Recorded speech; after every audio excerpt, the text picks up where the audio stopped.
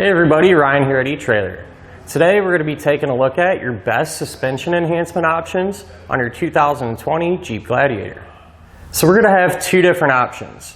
Over here we're going to have the Firestone, and over here we're going to have the Airlift. So let's go ahead and kind of run through some of the differences, and I'll tell you which one I would choose and why. So if I had to choose one option for my Gladiator, I would definitely go with the Firestone.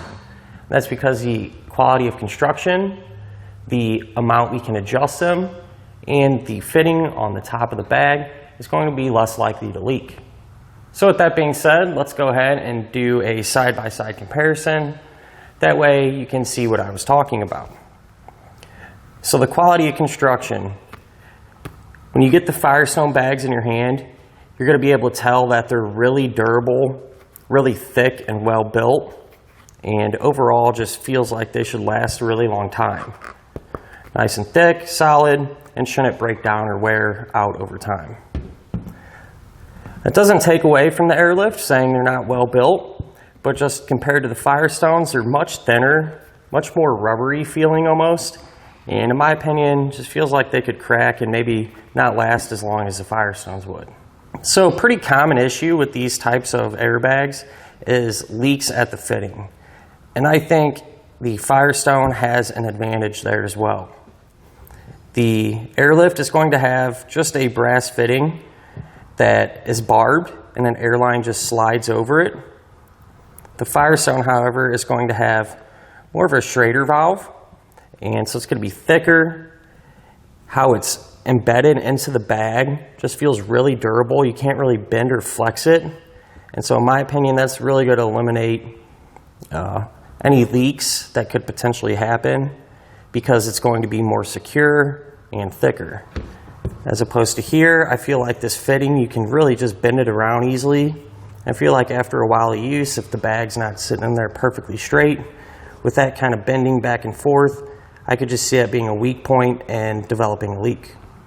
I even think that the airline of the Firestone is going to have a slight advantage too. How it connects to the bag is this fitting here, and quite a bit of it is going to be brass, so we know that that's not going to crack and be way less likely to fail. And so that's actually going to thread onto the airbag. That's how it's going to be connected. Pretty sturdy in my opinion. However, with the Airlifts, it's going to be a little bit different. Since it's just that barbed fitting, we're not going to have any of them threads or anything like that. It's just the air hose that's going to get pushed right over it. And again, once you're going down the road and bouncing, that's really just going to put strain on that fitting and just be not as sturdy and well built in my opinion. So let's go ahead and kind of talk about the adjustability.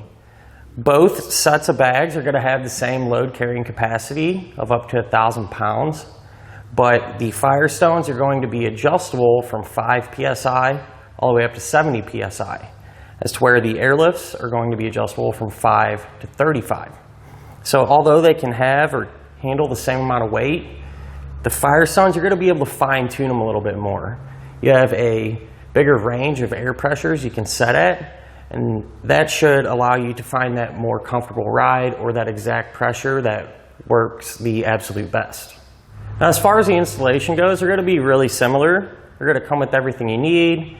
You don't need any crazy tools or anything like that. Everything's pretty basic. Shouldn't take you a whole lot of time. They both just slip right into the coil springs, and that's really all there is to it.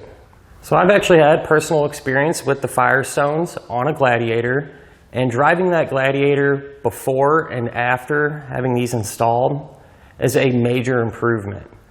The Gladiator does have kind of a softer suspension, which is great for everyday driving and off-roading. However, since they have a bed, I feel like people are going to be a lot more tempted to throw weight in the bed and haul stuff around. And that's where that forgiving suspension isn't all that great. You want it to be a little bit more firm and have some support. That's exactly what the airbags are going to do. So either one of them is going to work fine.